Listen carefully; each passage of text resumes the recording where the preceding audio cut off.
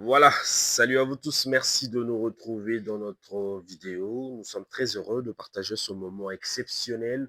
Vous qui nous suivez de partout à travers le monde entier, merci de votre fidélité. Comme vous le savez très bien, nous sommes à quelques jours de la Coupe d'Afrique des Nations. Nous sommes le 4 décembre 2025.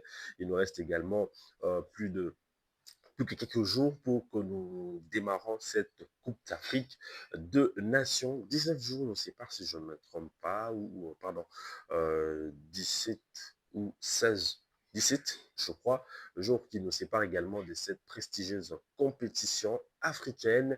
Mais justement, il y a beaucoup de choses à revenir sur ça concernant bien sûr l'équipe nationale congolaise. Il se pose beaucoup de questions, il y a beaucoup de choses sur la toile que nous allons justement évoquer dans cette émission. Mais déjà, d'emblée, il y a une information concernant également la Coupe d'Afrique des Nations. Les pays organisateurs qui a justement fait grâce à la presse que tout ce qui est tout ce qui est donc comme justement euh, dossier sur l'application Yala. Sachez très bien que la presse n'aura pas également de soucis concernant bien sûr leur accréditation, c'est-à-dire vous aurez visa, pardon, vous aurez juste l'accréditation et les différents documents demandés. On a allégé un tout petit peu pour la presse et c'est quelque chose d'intéressant pour le journaliste qui vont prendre part à la Coupe d'Afrique des Nations. Mais après,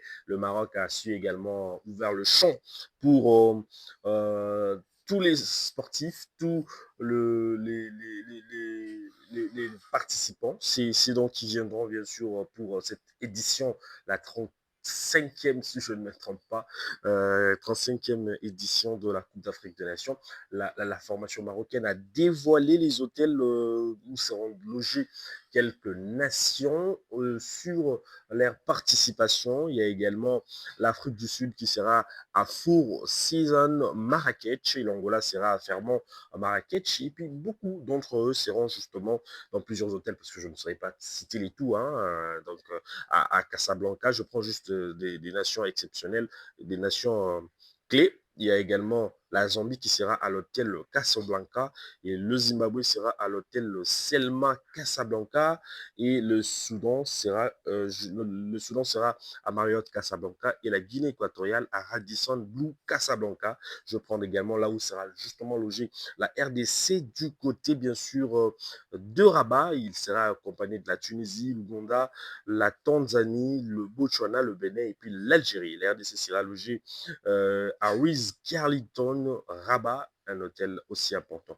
À Fès, la formation du Nigeria sera à hôtel Sarai Fès. Donc, l'Égypte sera justement à Agadir à l'hôtel Fermont Gadzout Bay de cette prestigieuse hôtel. Donc, ça montre carrément que le Maroc veut offrir également ses veut offrir des conditions impeccables à toutes les nations qui viendront justement participer à cette Coupe d'Afrique de Nations. Quelques informations avant bien sûr de parler de notre sujet d'aujourd'hui sur la blessure d'Axel Tuanzebe. Il y a également Chancel Mbemba qui a reçu hier dans les après-midi un cadeau d'un artiste sur son 100e match avec la République démocratique du Congo, un portrait que vous êtes en train de voir avec son maillot mentionné son centième sélection avec différents designs de ce maillot porté avec la République démocratique du Congo.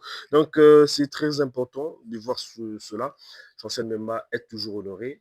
On souhaitait le faire avec Dieu merci Mbokani avant sa retraite, mais malheureusement, Dieu merci Mbokani n'a pas pu également répondre positivement à notre inquiétude. Nous allons prendre également le retour de Cédric Bakambu à la Copa de la Rey. Je rappelle qu'il était justement il était convalescent dans les matchs de championnat espagnol. Après cela, il avait repris les entraînements, il a fait le nécessaire pour justement revenir puisque la canne se pointe à l'horizon. Et puis après, il y a beaucoup de choses, c'est-à-dire beaucoup de rencontres avec son club, justement comme en championnat, en Ligue Europa ou bien à la Copa de la Rey. Donc, c'était un match très important qu'il retourne également dans le 11 de départ avant bien sûr de des Sadjudis, son retour au sein justement de la tanière, puisque c'est vraiment attendu, puisque beaucoup de gens pensaient qu'il était blessé, mais malheureusement, il n'est pas blessé. Il y a également les cas Théo Bongona, qui pourrait également quitter Spartak Moscou en janvier. Nous avons justement évoqué cette question dans nos différentes émissions ici. D'après la presse russe, le contact en Belgique et en Hollande sont partants à offrir aux Congolais du temps de jeu parce qu'avec cette formation russe, il n'a pas assez de temps de jeu. C'est vrai, il faudrait justement penser à un temps de jeu minimum avant bien sûr de jouer la Coupe d'Afrique des Nations, puisque le chose s'annonce un peu chaud dans cette édition. Voilà. Après cela, il y aura aussi le barrage de la Coupe du Monde. Il faudrait revenir, faire une belle prestation. Pourquoi ne pas aussi jouer une phase finale de la Coupe du Monde, puisque c'est là manque à la RDC. Ça fait plus de 50 ans. Voilà, nous allons parler de Noah Sadiki avec la formation de Sunderland. Une belle rencontre livrée par les hommes de Sébastien Desabre qui évolue dans ces clubs anglais. Et vous savez très bien, son club a pu également faire un nul contre la formation des Liverpool à Anfield. C'était un match exceptionnel pour Noah Sadiki avec le Marocain Talbi qui était le premier à ouvrir le score face à cette très belle formation. J'ai craint que cette équipe puisse baisser d'un cran à la seconde euh, à la rencontre retour. Pourquoi? Parce qu'il se donne à fond, il démontre des performances ou des prouesses énormes face à des grandes écuries. Et après, les autres écuries même ont perdu, hein, sauf peut-être Arsenal qui s'est illustré. Il y a également la formation de Chelsea qui a perdu 3 contre 1 face à la formation d'élite. Nous pensons peut-être que les premiers quarts d'heure aussi ouverts à toutes les écuries qui veulent prouver, les jeunes joueurs qui ont l'intention de bien faire les choses et ils auront peut-être beaucoup de choses à faire pour faire le nécessaire, pour faire vraiment, vraiment le nécessaire. Mais il y a aussi une très belle, une information aussi importante que nous aurons justement voulu lire ici.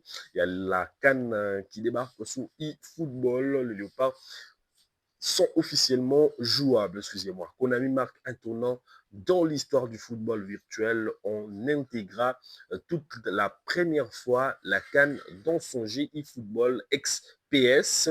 Et la grande nouvelle pour le supporter de la RDC figure parmi les sélections jouables. Les fans de Léopard pourront ainsi défendre l'air couleur du pays, manette à main, avec une visibilité numérique accrue pour le football congolais sur la scène mondiale. Cette initiative s'inscrit dans une collaboration inédite entre Konami et la Confédération africaine de football pour proposer un contenu 100%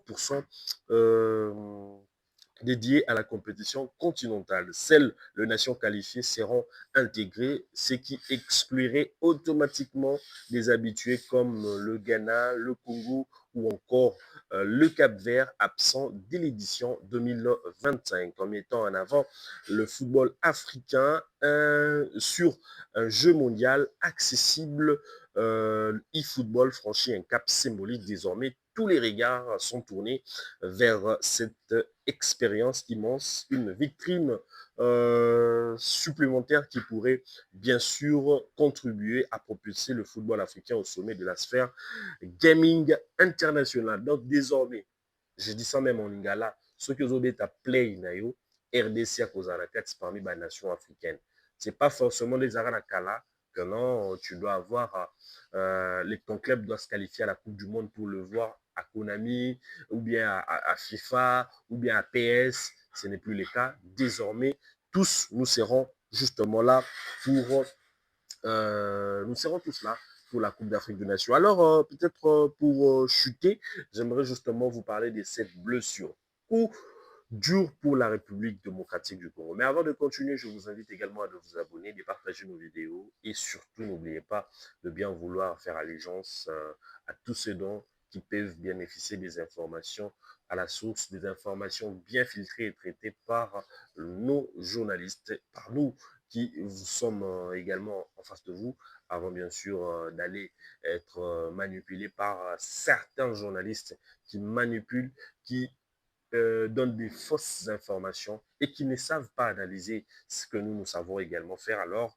surtout, abonnez-vous, partagez nos vidéos, commentez, laissez-nous des commentaires. S'il y a des erreurs, vous vous rendez compte qu'il y a des choses qui peut-être vous n'êtes pas d'accord, soit vous nous appelez, il y a notre numéro sur notre page, compte YouTube, pardon, ou bien vous nous laissez un message et nous allons justement vous répondre et les lire justement pour améliorer notre façon de faire les choses. Alors après, je voulais justement euh, aborder cette question de cette blessure. Jusque-là, rien n'a filtré chez Burnley pour savoir si et seulement si Axel Tuanzebe pourra également manquer à la Coupe d'Afrique des Nations. C'est scandaleux pour Sébastien Desabre qui compte sur ces éléments. Malheureusement, certains échappent également à Sébastien, pourraient justement, pour ne pas dire qu'ils ont échappé, pourraient échapper au système des Dessabres, parce qu'avec la paire Chancel Mbemba et Axel Tuanzebe, il n'y avait rien à craindre. Mais après, il faudrait beaucoup de calculs. Pensez à Rocky Bouchiri, soit Steph Capodi. Pourquoi ne pas aussi revenir avec les intentions de Dylan Batubentika? C'est vrai qu'il rencontre beaucoup de difficultés en club. Et donc, l'entraîneur doit se casser la tête un peu de ce côté-là. Et puis, il y aura aussi l'idée et Inonga Baka, pourquoi pas? Parce que c'est des joueurs qui ont cette philosophie de Sébastien Desabre. Alors, il faudrait justement penser à beaucoup de choses, mais c'est vrai que nous allons forcément revenir sur ça avec beaucoup de détails, puisque cette blessure peut mettre une coup de massue à ce plan tactique de l'entraîneur Sébastien Desabre. Et nous, de l'autre côté, on reste serein pour vous informer sur cette question. Qui pourront être le probable remplaçant de Axel Tuanzebe avec l'équipe nationale congolaise? Lâchez-vous en commentaire qui peut remplacer ou qui peut faire ce rôle-là, parce que cette paire Chancel et Axel a tout donné à la République démocratique du Congo, c'est-à-dire cette qualification pour le barrage, et puis l'invincibilité à chaque fois que la RDC joue ces matchs avec ces deux joueurs. Alors, vous allez comprendre ensemble avec moi que ça ne reste que jusque-là l'info, et nous allons justement écrire à Burnley pour savoir la nature de sa blessure et s'il sera indisponible pour combien de temps. C'est une grosse inquiétude pour la RDC. Alors nous, de notre côté, on reste serein. Nous sommes d'accord de ça, mais après, on se dit que la RDC peut à tout prix faire une bonne participation de la CAN. C'est vrai que nous serons justement amputés de nos cadres, mais après, on aura également la possibilité de bien faire les choses. Sinon, d'ici là, portez-vous bien. Check.